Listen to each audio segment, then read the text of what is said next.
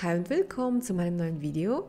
Schön, dass ihr wieder eingeschaltet habt und ich habe heute ein Rezept für eine Pinsa für euch, falls ihr die nachbacken möchtet. Los geht's!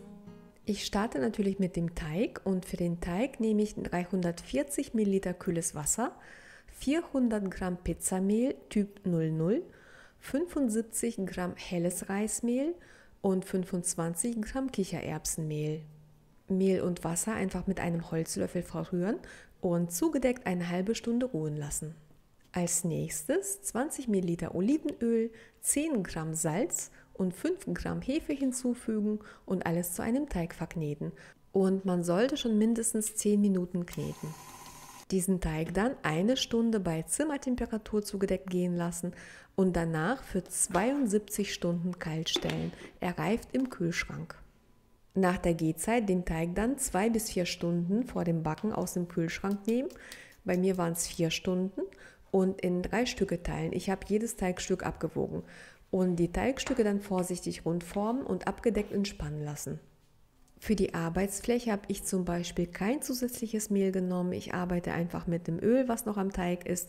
Man könnte es aber machen, man könnte die Arbeitsfläche ein bisschen mit Mehl bestäuben. Der Teig kann das vertragen.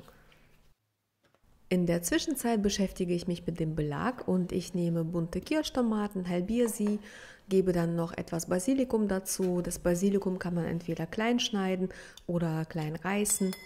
Dann füge ich noch etwas Knoblauch hinzu. Den Knoblauch kann man entweder pressen oder auch klein haken. Als nächstes kommen dann noch Salz und Pfeffer dazu und etwas Olivenöl. Und das Ganze lasse ich dann etwas ziehen.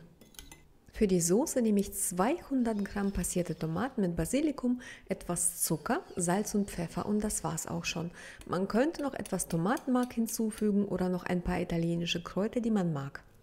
Jetzt kann auch schon der Ofen vorgeheizt werden, entweder auf 250 Grad Ober- und Unterhitze oder auf 230 Grad Umluft. Das Backblech heize ich auch vor. Jedes Teigstück forme ich dann mit den Händen zu einem Fladen, gebe etwas Olivenöl auf den Teig und backe jeden Fladen 8 Minuten vor. Dann verteile ich auf dem vorgebackenen Teig die Tomatensauce und etwas Mozzarella.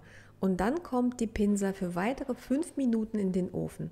Die Backzeit hängt natürlich wie immer vom Backofen ab. Und jetzt kann man sie auch schon beliebig belegen. Ich mache 3 verschiedene und eine davon belege ich mit Rucola, Burrata. Auf die Burrata gebe ich etwas Pesto Genovese, etwas Kartenschinken und meine Knoblauch-Basilikum-Tomaten und dann ist sie auch schon fertig. Man kann diese Pinsaböden auch auf Vorrat backen, also wie gehabt produzieren, dann im vorgeheizten Backofen etwa 3 Minuten vorbacken, auskühlen lassen und portionsweise einfrieren. Danke fürs Einschalten, viel Spaß beim Nachbacken und bis zum nächsten Mal. Tschüss ihr Lieben!